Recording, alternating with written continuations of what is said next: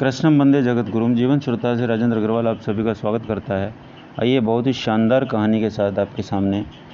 कहानी शुरू करने से पहले मैं आप लोगों से निवेदन करता हूं कि जो भी आपको कहानी में पसंद आए कमेंट बॉक्स में आवश्यक रूप से लिखें, और जो लोग चैनल पर पहली बार आए हैं आवश्यक रूप से सब्सक्राइब करें, जिससे आपको इस कीमती चीज़ का लाभ आवश्यक रूप से मिल सके। तो आइए बढ़ते हैं कहानी की ओर। एक साधु वर्षा के जल में प्रेम और मस्ती से भरा चला जा रहा था। साधु ने एक मिठाई की दुकान को देखा, जहाँ एक कढ़ाई में गर्म दूध उबल रहा था और मौसम के हिसाब से दूसरी कढ़ाई में गरम गरम जलेबियाँ तैयार हो रही थीं। साधु कुछ क्षणों के लिए वहाँ रुका। शायद भूख का एहसास हो रहा था या मौसम का असर था। साधु हलवाई की भट्टी को बड़े गौर से देखने लगा। साधु कुछ खाना चाहता था, लेकिन साधु की जेब ही नहीं थी, तो पैसे वाला कहाँ से होते। साधु कुछ पल भट्टी के हाथ सेकने लगा और बाद में चला ही जाना चाहता था कि नेक दिल हलवाई ने एक गरम दूध का प्याला और कुछ जलेबियाँ साधु को दे दी। साधु मस्त और मलंग था। गरम जलेबियाँ और दूध खाकर हाथों को ऊपर की ओर उठाकर हलवाई के लिए प्रार्थना की और फिर आगे चला गया। साधु बाबा का पेट भर चुका था। दुनिया के दुखों से बेपरवाह वे फिर एक नए जोश से बारिश के गंदले पानी में छींटे उछालता हुआ जा रहा था। इस बात से बेखबर था कि एक युवा नवविवाहिता जोड़ा भी वर्षा के जल में बचता बचाता उसके पीछे चला आ रहा है।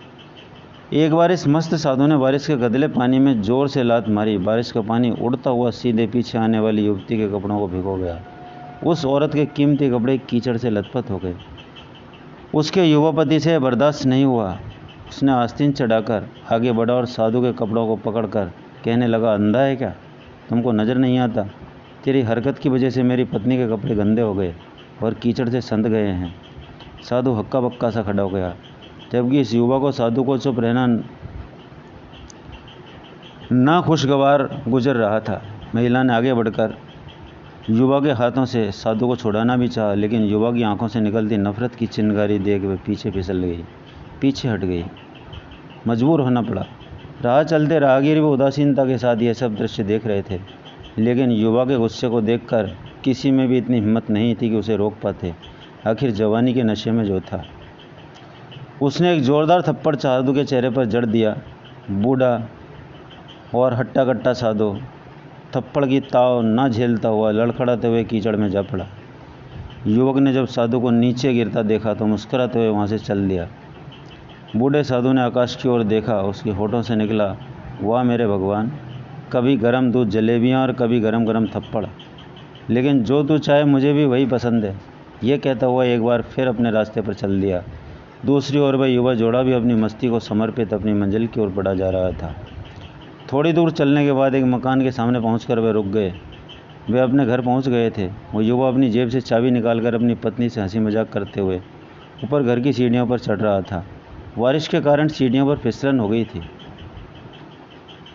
अचानक युवा का पैर फिसल गया। वह सीढ़ियों से नीचे गिरने लगा। महिला ने बहुत जोर से शोर मचाकर लोगों का ध्यान अपने पति की ओर आकर्षित करने लगी, जिसकी वजह से काफ़ी लोग तुरंत सहायता के लिए युवक की ओर लपके, लेकिन काफ़ी देर हो चुकी थी। युवक का सिर फट गया था और कुछ ही देर में ज़्यादा खून बह जाने के कारण इस नौजवान युवक की मौत हो चुकी थी। कुछ लोगों ने दूर से आते साधु को देखा तो आपस में कानाफूसी करने लगे। निश्चित रूप से इस साधु बाबा ने थप्पड़ खाकर युवक को श्राप दिया है, अन्यथा ऐसे नौजवान युवक का सीढ़ियों में गिरकर मर जाना बड़े अचंभे की बात लगती है। कुछ मनचले युवकों ने यह बात सुनकर साधु बाबा को घेर लिया। युवा कहने लगा, आप कैसे भगवान के भक्त हैं जो केवल एक थप्पड़ के कारण युवा को श्राप दे बैठे। भगवान के भक्त में रोष व गुस्सा हरगिज नहीं होता। आप तो जरा सी असुविधा पर ही धैर्य न रख सके। साधु बाबा कहने लगे, भगवान की कसम, मैंने इस युवा को कोई श्राप नहीं दिया। अगर श्राप नहीं दिया तो ऐसा नौजवान युवा सीढ़ियों से गिरकर कैसे मर गया। साधु बाबा ने दर्शकों से एक अनोखा सवाल किया कि आप में से कोई इस सब घटना का चश्मदीन गवाह है क्या? एक युवक ने आगे बढ़कर कहा, हाँ, मैं इस सब घटना का चश्मदीन गवाह हूँ। साधु ने अगला सवाल किया, मेरे कदमों से जो कीचड़ उछला था, क्या उसने युवा के कपड़ों को दागी किया? युवा बोला, नहीं, लेकिन महिला के कपड़े जरूर खराब हुए थे। साधु बाबा ने युवक की बाहों को थामते हुए पूछा, फिर युवक ने मुझे क्यों मारा? युवक कहने लगा, क्योंकि वह युवा इस महिला का प्रेमी था। वह बर्दाश्त नहीं कर सका कोई उसके प्रेमी के कपड़ों को गंदा करे, इसलिए उस युवक ने आपको मारा। युवा की बात सुनकर साधु बाबा ने एक जोरदार ठहाका बुलंद किया और कहता हुआ वहाँ से विदा हो गया। तो भगवान की कसम मैंने श्राप नहीं दिया, लेकिन कोई है जो मुझसे प्रेम रखता है, अगर उसका यार सहन नहीं कर सका तो मेरे यार को कैसे बर्दाश्त होगा। कोई मुझे मारे, वह इतना शक्तिशाली है कि दुनिया का बड़े से बड़ा राजा भी उसकी लाठी से डरता है। उस परमात्मा की लाठी दिखती नहीं, आवाज़ नहीं करती, लेकिन जब पड़ती है तो दर्द बहुत करती है।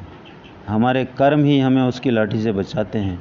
कभी किसी को परेशान नहीं करना, कभी किसी का दिल नहीं दुखाना। हिसाब हर चीज़ का देना पड़ता है दोस्तों, इसलिए हिसाब किताब से अपने आप को चलाओ और परमार्थ में अपना मन लगाओ। कभी किसी का दिल मत दुखाना। नमस्कार।